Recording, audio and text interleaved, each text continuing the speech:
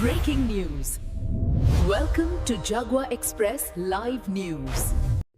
प्रतापगढ़ में मातम। 100 साल पुराना मकान ढहा, एक ही परिवार के 6 लोगों की दर्दनाक मौत। बारिश बनी काल, एसी वाले कमरे में सो रहा था पूरा परिवार। मलबे में दबे 7 लोग, 6 की मौत, 1 घायल। उत्तर प्रदेश के प्रतापगढ़ जिले में बुधवार गुरुवार की मध्य रात्रि एक बेहद दर्दनाक हादसे ने पूरे प्रदेश को झकझोर कर रख दिया।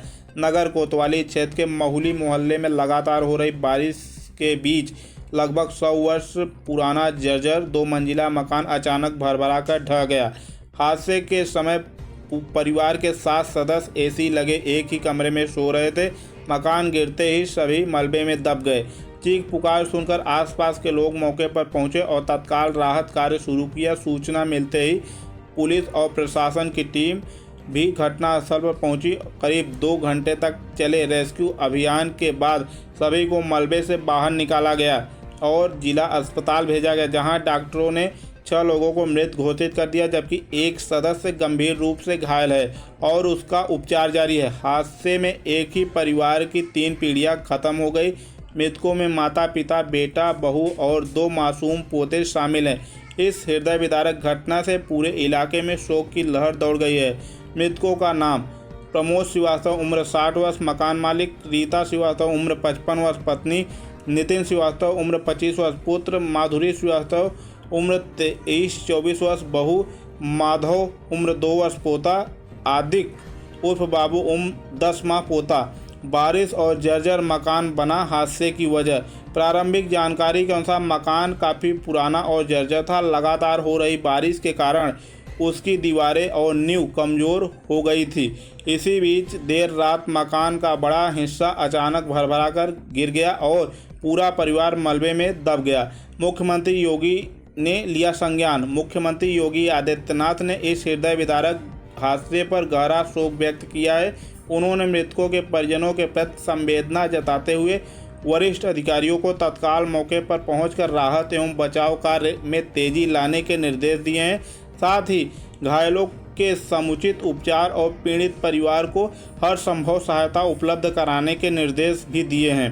प्रतापगढ़ का यह हादसा एक बार फिर जर्जर भवनों की अनदेखी पर बड़ा सवाल खड़ा करता है। लगातार बारिश के बीच मकानों में रहना कितना खतरनाक हो सकता है, यह दर्दनाक घटना उसकी भयावह तस्वीर बनकर सामने आई है।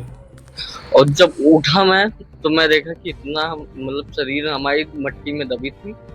उसके बाद मुझे नहीं पता, मैं खाली उठ के तुरंत ही सबको देखा, सब दबे पड़े थे मेरे परिवार वाले।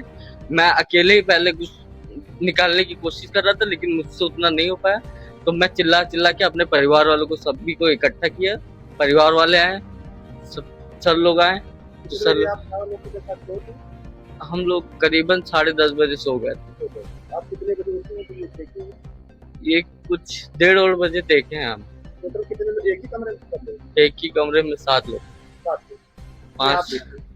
हाँ, हम थे, हमारी वाइफ थी, हमारे 2 पुत्र थे छोटे छोटे, और हमारे मम्मी पापा, छोटा भाई एक।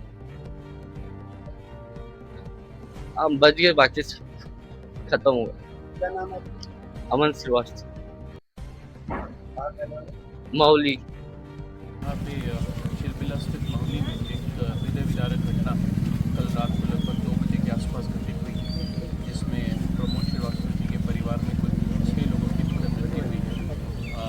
लगातार बारिश हो रही है, कल पूरे दिन हुई, रात में हुई। उससे जो प्रमोद श्रीवास्तव जी के मकान का प्रथम तल का कमरा था, पुरानी तकनीक से बना हुआ था, राकेश को आधार बनाकर, वो बारिश में अचानक से धंस गया और जब वो नीचे गिरा तो जो ग्राउंड फ्लोर का छत था उसको लेते हुए पूरी बिल्डिंग नीचे आ गई।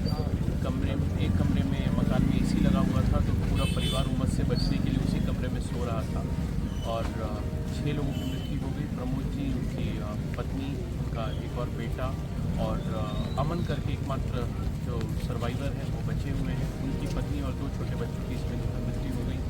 एंड बिल्डिंग गिरी तो बिल्डिंग का वेट इतना ज़्यादा था कि ज़्यादा मौका नहीं मिला लोगों को बचाने के लिए और मलबे से निकालकर लोगों के शव को पोस्टमार्टम के लिए भेजा गया है। पोस्टमार्टम उनका चल भी रहा है। अमन जो है वो सुरक्षित है, वो प्रिलिमिनरी एग्जामिनेशन हुआ उनका, उसके बाद उनको अभी अस्पताल से वापस छोड़ दिया गया है और इतनी दुखद घटना है। प्रशासन जो है वो पूरी तरह से परिवार के साथ खड़ा है। उसी क्रम में मैं और कप्तान साहब मौका मुआयना करने और अमन से मिलने भी आए और आपदा राहत कोष अंतर्गत जो मदद है वो अगले कुछ घंटों में परिवार के खाते में अंतरित कर दी जाएगी।